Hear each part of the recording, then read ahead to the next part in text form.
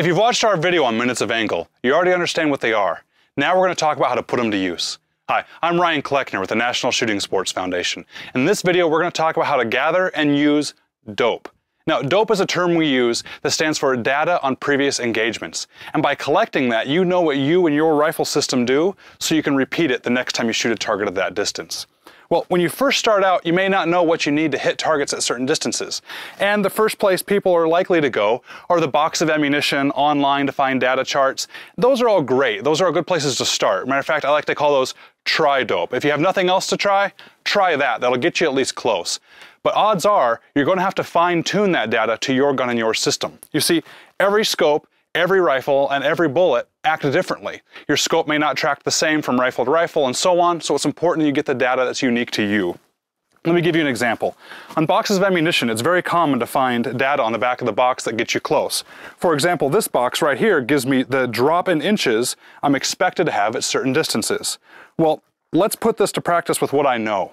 I know that my rifle shoots with 12 minutes of angle of elevation at 500 yards. Well, if I look at this box right here, it says I'm going to drop, if I look straight at the 500 yards, it says 51 inches. Well, thinking back to the minutes of angle, we know that 51 inches is just over 10 minutes of 500 yards. Well, I just told you I shoot 12 minutes. If you look over here, a lot of the boxes start with their 0 at 200. And I've already talked about why I like 100 yard 0.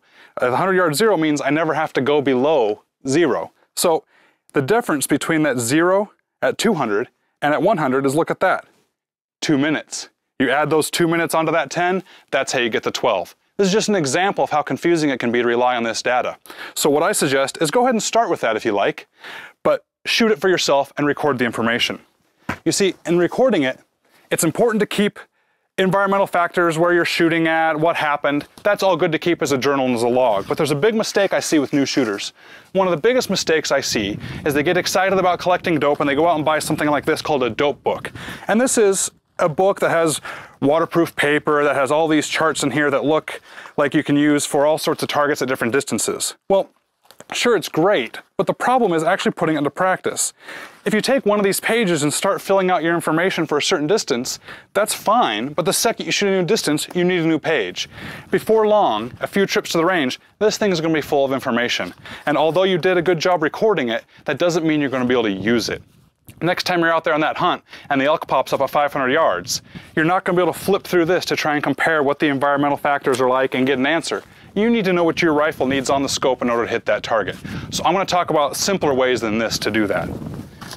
One of my favorite ways is just simple index cards. You put it in the cheek pack of your rifle, you can pull it out, you can write right down on there what you experienced. You can collect them at home, and after a while you'll start to see a trend and you'll be able to see what your rifle needs. Now, when you write things down, I advise against mechanical pencils or regular pens that have a lot of moving parts, because when you're out there hunting, you're out there at the field, they get dirt in them, they get stuck, and they start breaking. One of my favorite things is a contractor's pencil.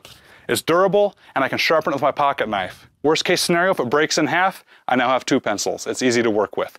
And once I write this down and I learn my data, I don't have to rely on this. This doesn't have to be waterproof. You see, I like to keep my data consolidated with my firearm in different ways.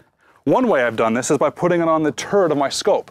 You see, many scopes come out nowadays with what we call a bullet drop compensator, or a BDC. And around the turret, in addition to the minutes of angle, they have suggested distances that you should be shooting at that elevation.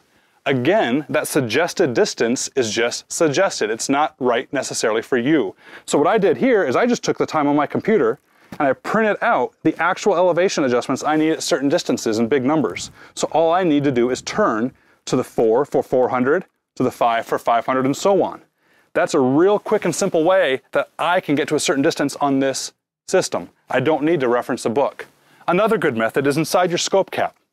It's very popular to take masking tape, line the inside of your scope cap with masking tape, and then take a pen and write in small numbers your data for, I don't know, every 100 yards, every 150, or every 50 yards if you have the space. That's a good spot for it too.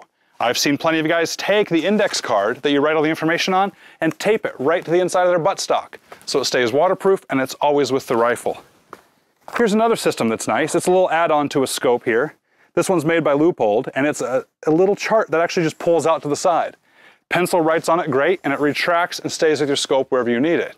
So whenever I need to shoot something, if I ever wonder what my dope is, I can pull it out, peek at it, put it back, and make my adjustments. The key is, these are much simpler ways to get what you need on your gun to shoot at that distance. You're still going to need to worry about other environmental factors, but the biggest effect on your bullet, it's gravity. Good news is though, it's the easiest to account for, and with a system like this, you're going to have a lot better time taking those shots. I have a target out here at 660 yards. Let's see how the system works. I'm going to use my turret. I'm going to turn right to the 650 yard mark. Give it an extra 1 minute. Let's see how it goes.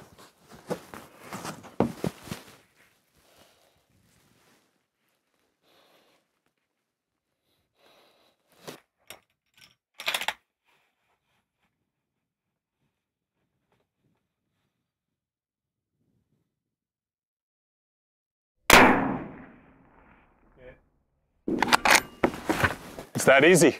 You go out and gather your own dope, collect it and put it into practice, you'll have results like this too. Your next step is to get out to a range and try it. If you need a place to shoot, check out our website, wheretoshoot.org. And while you're out there, remember, firearm safety depends on you.